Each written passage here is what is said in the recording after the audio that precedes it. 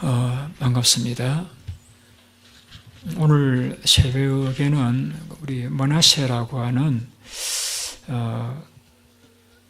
유다의 왕이 하나님에 대해서 오랫동안 알지 못하였다가 그가 뒤늦게 하나님을 만나게 됩니다.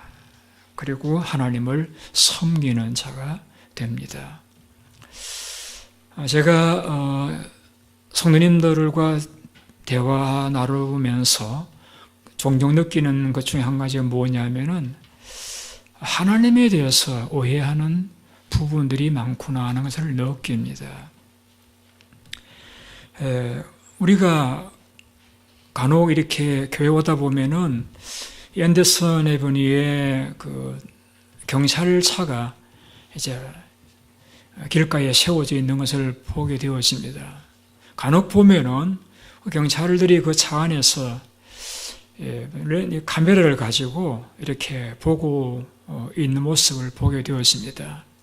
직감적으로 스피드를 체크하고 있구나. 그래서 나도 모르게 이제 브레이크를 밟아서 속력을 줄이는 경우가 종종 있습니다. 때로는 스피드를 리미트를 오버하지 않았을 때도 본능적으로 이렇게 브레이크를 밟을 때가 있었습니다. 그것은 이제 경찰에 대한 우리의 인식이, 경찰은 항상 우리를 이렇게 운전하는 것을 보면서 잘못하고 있는 것이 무엇인가를 감독하고 감시해서 티켓을 띄려고 하는 그런 사람으로 우리가 여기고 있기 때문입니다. 그러면은 사실은 그렇지 않겠죠. 사실은 그 모든 것들도 결국은 우리 운전하는 운전자들이 스피드를 오버해서 이제 사고를 일으키지 않도록 우리를 돕기 위한 것인데, 우리가 체감하는 부분은 늘 티켓을 떼이다 보니까 경찰 그러면은 잘못하는 것을 발견하고 차단되어서 이제 벌금을 매기는 그런 분으로 생각을 하는 경향이 있는 것 같습니다. 여러분, 하나님에 대해서는 어떠세요? 하나님에 대해서 또 많은 분들은 하나님은 우리의 모든 일거수일투족을 보시고서 조금만 잘못하면 그것을 하나님께서 크게 부풀려 가지고 혼을 내거나 벌을 내리시는 분들도 혹시 여러분 생각하고 계시다라고 하면은 하나님을 크게 오해하고 계시다. 제가 이렇게 말씀을 드리고 싶습니다.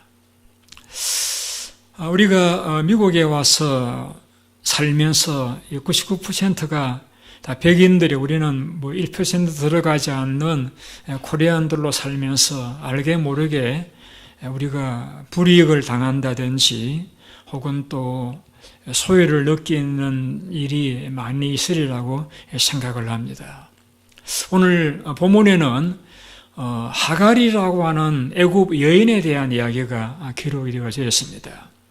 이 여인은 애굽에서 자라 성장한 애굽 여인인데, 아마도 아브라함이 애굽에 와서 자기 아내를 누이라고 이렇게 속이고서 다시 하나님께 야단을 맞고 돌아갈 때에 아마 보내는 우양들을 거느리고 돌아가도록 이렇게 보낸 종으로서 왔던 여인이지 않는가라고 여겨집니다. 하여튼 이 하갈이라고 하는 여인이 이 아브라함의 아내 사라의 몸종으로서 일을 하고 있었습니다.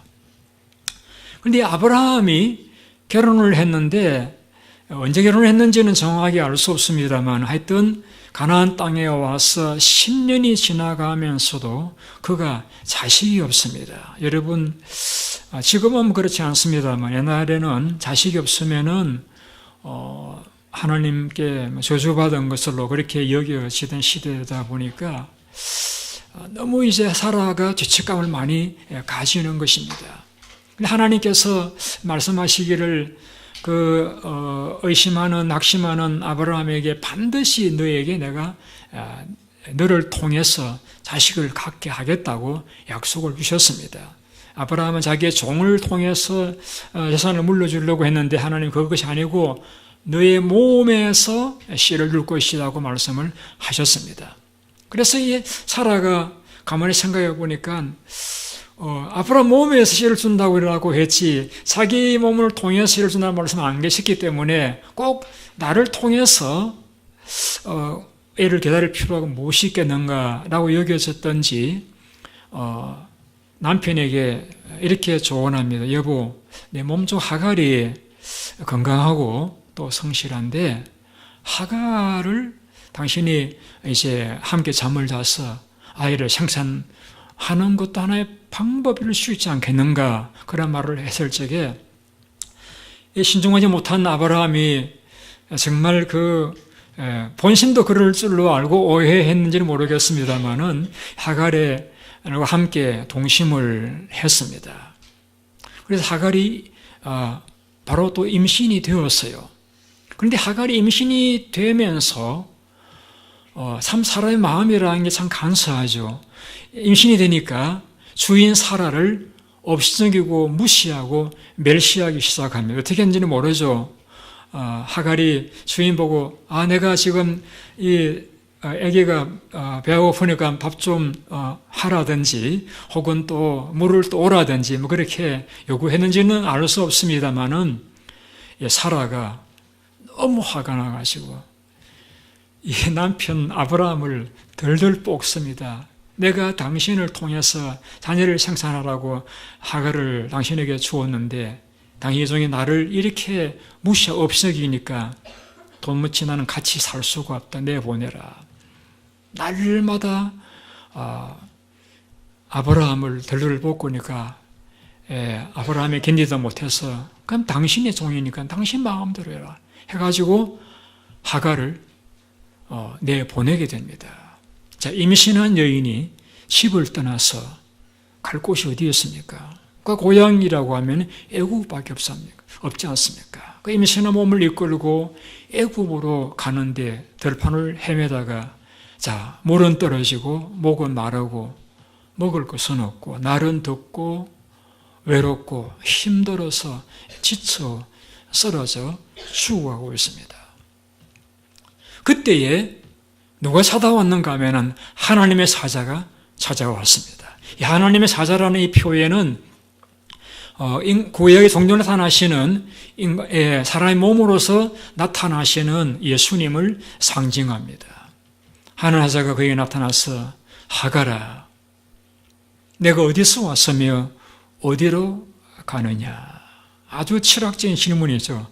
내가 어디서 왔으며 어디로 가느냐? 많은 사람이 이 질문에 답을 얻지 못하는 그 엄청난 질문을 하갈에게 합니다. 너가 어디서 왔으며 어디로 가느냐? 그 말씀, 너가 왜 지금 이곳에 이렇게 쓰러져 있느냐? 어떻게 해서 너가 이곳에 쓰러져 있는 신체가 되어져 버리고 말하느냐? 그리고 너가 지금 가려고 하는 이 앞길에서 과연 너에게 온전한 생명을 부지할 수 있을 것 같으냐? 그런 의미에서 너가 어디서 와서 어디로 가느냐? 그래서 그때 하갈이 그 하나님 사자에게 하소연합니다. 내가 내 주인의 그 청을 못 이겨서 주인과 함께 잠자를 해서 아이를 배웠는데 내 주인이 나를 구박해서 내가 지금 도망갑니다. 그러자 그 하늘 사자가 이렇게 이야기합니다. 주인에게로 돌아가서 여주인을 섬겨라. 내가 때게 되면은 너에게 큰 복을 주어서 내 자손을 크게 번성하여 수가 셀 수 없게 많게 주겠다. 그리고 너가 아들을 낳을 것인데 이름을 이스마엘이라고 하라. 이는 여호와께서 내 고통을 들으셨음이니라. 이스마엘이라는 뜻은 하나님이 들으셨다. 이 뜻이죠. 자, 그때 이 하갈의 마음에 어떤 생각이 들었겠습니까? 우리 주인 아브라함이 하나님 믿는다고 하고 우리 여주인 사라도 하나님 믿는다고 하면서도 나를 그동안 종으로 데려와서 이렇게 부려먹고 써먹고 심지어는 아기를 낳는 그런 도구로까지 나를 써먹더니 자기 기분이 안 드니까 나를 이렇게 매정하게 내어 쫓아버렸구나. 나는 너무 억울하고 원통하고 분하다. 그런 마음이 하갈의 마음속에 있지 않았겠어요? 도대체 아브라함의 하나님이 참 하나님이시라고 하면은 내가 이 가정을 위해 이렇게 섬겼는데 하나님 이게 뭡니까? 그런 어떤 하소연도 있지 않았겠어요? 하나님께서 그 하갈에게 찾아오셔서 만나시고 그 사소연을 들어주셨습니다. 그리고 그에게 아들을 주시고 그 아들을 통한 큰 축복을 약속해 주셨습니다. 하갈이 오해했던 것이죠. 결코 하나님은 하나님의 영광을 위해서 충성하고 수고한 이들의 그 삶에 대해서 외면하시는, 모른 척 하시는, 또 알지 못하시는, 멀리 하늘을 위해서 앉아만 계시는 그런 하나님이 아니시고 우리의 삶의 고통과 낙심과 소외와 고독의 현장에 찾아오시는 하나님이시라는 것을 오늘 하갈이 만난 하나님의 모습을 통해서 우리에게 보여주고 있습니다. 여러분, 우리가 하나님 만나면 나름대로 하나님께 이름을 지어주잖아요. 모세는 여호와 니시라, 아브라함은 여호와 이레라. 오늘 본문에서 하갈은 하나님의 이름을 이렇게 지었습니다. 여호와 이름을 나를 살피시는 하나님이라. 나를 살피시는 하나님이라.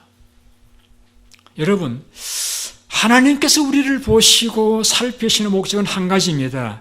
오늘 본문에 하갈을 만나러 오셨던 것은 우리를 만나주시기 위해서, 우리를 만나기 위해서. 왜 만나려고 하십니까? 만나서 우리에게 도움을 주시기 위해서. 내가 왜 지금 이 길을 걸어가고 있는지, 이 길을 걸어가고 있는 결과는 어떻게 될 것인지 알고나 걸어가고 있느냐, 어디서 왔으며 어디로 갔느냐. 아니다, 이 길이 아니다, 너 돌아가야 돼. 여주인이 돌아가서 복종해야 너가 잘되고 자식을 낳고 자식이 잘 될 수가 있어. 우리의 삶에 관심을 가지고 보시고 다가오시는 주님의 목적은 한 가지는 우리를 도와주시기 위해서, 가르쳐 주시고 깨우쳐 주시고 우리를 도와주시기 위해서 다가오시는 하나님이심을 오늘 하갈이 우리에게 보여주고 있는 것입니다. 감찰하다, 이건 감시하다는 의미가 아니에요. 감찰하다, 우리 가정을 잘 살펴서 어떻게 하면은 우리가 복된 길, 바른 길을 걸어갈 수 있을지 도와주시기 위해서 살펴보시는 하나님. 이 감찰하신 하나님이란 말이 성경에 52번이나 기록되어져 있는 것을 찾아보게 되었습니다. 여러분, 하갈은 이스라엘 사람이 아니에요. 마치 우리가 백인이 아닌 것과 같이 하갈은 이 아브라함 가정에서는 이방인이에요. 종이에요. 소위 말하는 갑과 을 관계에서 을이에요. 무시당할 수 있는, 업신여기 당할 수 있는, 팔려가도 또 쫓겨가도 항의도 할 수 있는 그런 몸종에 불과한 그런 위치에 있는 여인입니다만은 하나님이 그 하갈의 사정을 아시고 돌아보셨다는 것입니다. 여러분, 우리가 이 미국 땅에 살면서 알게 모르게 소외와 무시와 업신여김을 당하는 삶을 살아갈지라도 때로 우리의 모습이 갑의 위치가 아니라 을의 위치에 있는 것과 같을지라도 오늘 성경에서 을의 위치에 있는 그 하갈의 사정을 아시고 돌아보신 하나님이시라고 하면은 오늘 이곳에서 정착하게 살아가는 여러분들의 삶의 고통과 아픔도 하나님께서 모르시고 외면하실 이유가 없으시다라고 하는 것을 여러분이 기억하셨으면 좋겠습니다. 특별히 저희 교회는 혼자 지내시는 분들이 많이 계십니다. 아무도 찾아오지 않는 우리 가정에서 외롭고 힘들고 어렵고 아무도 돌아보는 자가 없을 것 같은 생각, 이런 거 오해입니다.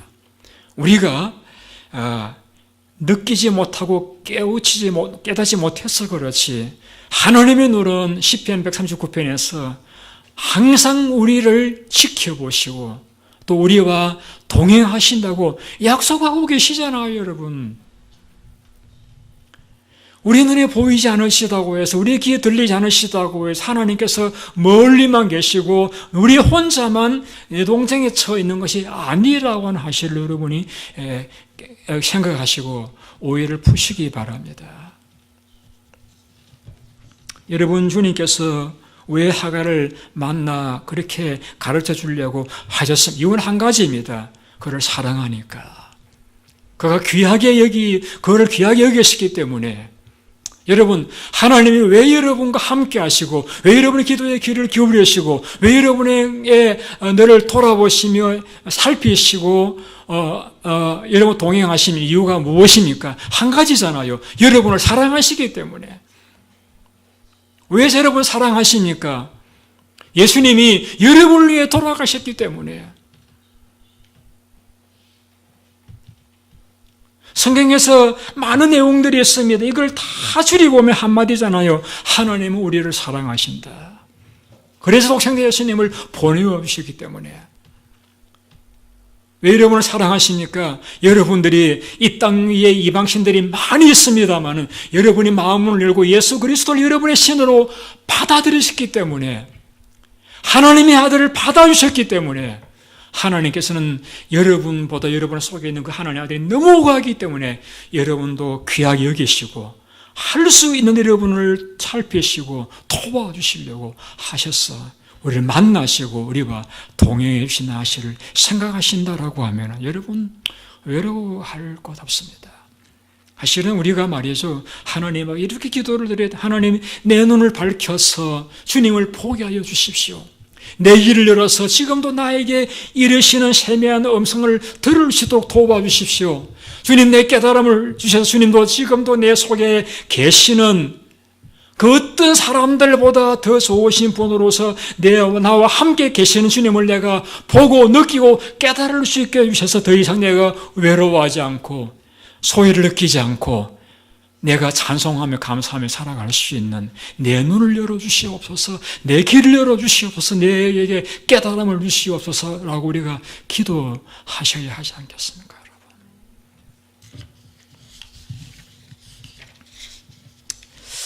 여러분? 제가 설교를 좀 빨리 마치려고 하는데, 혹시 좀 한 5분 안에 마치려고 하는데 바쁘신 분은, 자녀를 두신 분들이 많이 계셔가지고 살짝 하셔도 제가 전혀 마음 상하지 않을 테니까 여러분 이해해 주시기 바랍니다. 이 하갈에게 나타난 주님께서 이렇게 말씀하십니다. 이렇게 11절에 보시면은 여호와의 하사가 그에게 이르시되 내가 임신하였은즉 아들을 낳으리니 이름을 이스마엘이라 하라. 이는 여호와께서 내 고통을 들으셨음이니라. 고통을 들으시는 주님. 왜 주님께서 하갈을 찾아왔습니까? 그 고통을 덜어주시기 위해서, 그 을의 위치에서, 그 억울하고 분하고 원통한 위치에서 부르시는 고통을 덜어주시기 위해서 찾아오신 하나님. 그래서 이렇게 여호와께서 내 고통을 덜어주셨음이니라. 고통을 덜어주신 하나님. 고통을 덜어주신다는 말씀은 그냥 저는 때로 상담자로서 여러분과 상담하면서 이야기를 들어드릴 때 있습니다만은, 그러나 들어드리긴 하지만은 제가 능력이 미천해서 도와드리지 못할 때가 참 많아요.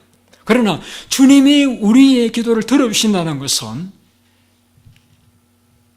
차원이 다릅니다. 주님은 도와주시는 분이십니다. 기도를 들어주신다는 것은 우리를 도와주시기 위해서 들어주시는 거예요. 그래서 주님께서 고통을 들으시고 그에게 아들을 주시고 그 아들을 잘되게 번성하도록 해주시겠다고 약속을 하셨잖아요. 누가복음 18장에서 억울한 과부가 답답한 사정을 가지고 호소할 때에 하나님 두려워하는 재판장이 그를 업신여겼습니다마는 날마다 번거롭게 내가 그 원통을 원한을 풀어주잖아요. 그러면서 성경이 이렇게 기록하고 있습니다. 하물며 그 불의한 재판관도 그 억울한 가부의 소원을 풀어주었는데 하물며 하나님께서 그 밤낮 부르짖는 택한 자들의 원한을 풀어주지 않겠느냐? 저희 오래 참으시겠느냐? 누구의 음성입니까? 예수님의 음성입니다. 하물며 하나님께서 밤낮 부르짖는 택한 자들의 원한을 풀어주지 않으시겠느냐? 오래 참으시겠느냐? 우리 소리를 들으시는 주님, 우리의 원통한 거 풀어주시기 위해서 우리 소리를 들으신다고 오늘 성경을 통해서 우리에게 말씀하고 있습니다. 여러분 의심하지 마시고 여러분이 원하시는 시간에 우리 원하는 방법으로 응답과 결과가 오지 않으신다고 해서 낙심하지 않으시기 바랍니다. 성경이 이렇게 말씀하고 있습니다. 이스라엘은 지키시는 자는 졸지도 않고 주무시지도 아니하시리로다. 마지막입니다. 왜 주님이 찾아오셨습니까? 복을 주시기 위해서. 10절입니다. 여호와의 하사 그에게 이르되 내가 내 씨를 크게 번성하여 그 수가 많아 셀 수 없게 하리라. 하나님께서 아브라함에게는 내가 너에게 그에게 복을 주시며 이르시되 생녀 번성하여 땅에 충만하라. 노아에게도 하는 노아에게 복을 주시며 이르시되 생녀 번성한 땅에 충만하라. 아브라함에게 내가 너로 큰 민족을 이루고 너로 복의 근원이 되게 할지라. 이삭에게도 내 자손을 하늘의 별과 같이 번성케 하며 이 모든 땅을 자손에게 주리니 내 자손이 이를 인해서 천하 만민이 복을 받으리라. 여러분 하나님은 우리를 축복하시는 하나님이십니다. 우리를 다가오신 목적도 한 가지입니다. 우리를 축복하시기 위해서입니다. 하갈에 왜 다가오셨습니까? 그를 축복하시기 위해서입니다. 근데 하갈이 여러분 복받을 위치가 되지 못했어요. 주인이 그를 생각했음에도 불구하고 그는 그 주인의 여순을 무시했잖아요. 여러분 주인이 자기 몸종에게 남편과 잠자리를 갖게 그렇게 했다라고 할 적에는 빈말인지 진실인지는 모르지만은 그 사람의 마음이 굉장히 넓은 마음이잖아요. 저는 여자가 하는 여자의 마음을 모르긴 해도 아무리 그래도 그건 보통 마음은 아니에요. 그렇다라고 하면은 그 주인의 마음을 이해하고 여주인이 자기 임신한 후에도 좀 잘 모셨어야 하잖아요. 그런데 그 주인을 무시했습니다. 더구나 이 애굽의 여종이 주인을 무시했습니다. 자기의 잘못입니다. 어떻게 보면은 쫓겨날 만한 그러한 잘못을 저질렀어요. 여러분, 그럼에도 불구하고 하나님은 오셔서 그 하갈을 축복하십니다. 여러분, 저는 자신을 생각해 볼 적에도 많은 그런 동일한 마음으로 내가 복을 받은 자격이 없고 부족한 것을 너무나 잘 압니다만은 하나님 많은 복을 주셨습니다. 여러분들은 제가 잘 모르겠습니다만은 우리 분명한 것은 성경은 이렇게 말씀하고 모든 사람이 죄인이라고요. 우리가 그 죄에서 우리는 하나님의 심판을 받을 수밖에 없는 그러한 죄인의 모습으로 태어나고 살아가고 있습니다만은 하나님의 은총은 우리에게 복을 가져다 주셨습니다. 이것이 우리가 받은 하나님의 은혜입니다. 이 하갈에 임한 하나님의 축복은 오늘 저 여러분이 만나는 그러한 하나님의 축복이라고 생각을 합니다. 제가 한 가지 예화를 들고 설교를 마치려고 합니다. 우리가 즐겨 부르는 찬송가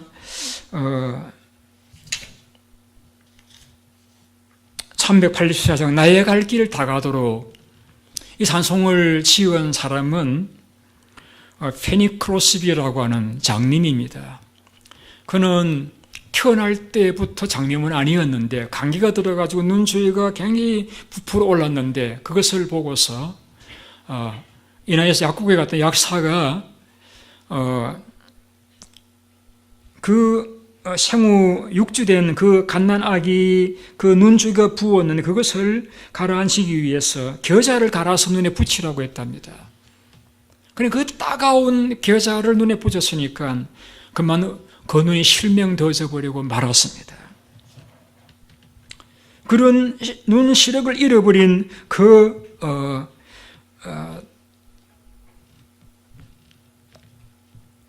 페니가 얼마나 하나님에 대해서 지혜롭지 못한 부모에 대해서 원통한 마음이 많았겠습니까? 그런데 그 할머니와 어머니가 그를 잘 지도를 했습니다. 그래서 시력을 잃은 것은 또 다른 하나님의 계획이 있다라고 하는 그러한 말씀들을 인해서 그가 신앙으로 그 고통을 잘 극복해냅니다. 그래서 그는 시력을 잃었으면서도 그는 엄청난 암기력이 있다는 것을 깨닫게 되어지면서 그는 사복음서와 모세의 오경을 잠언을 다 외우는 그런 여인이 되어집니다.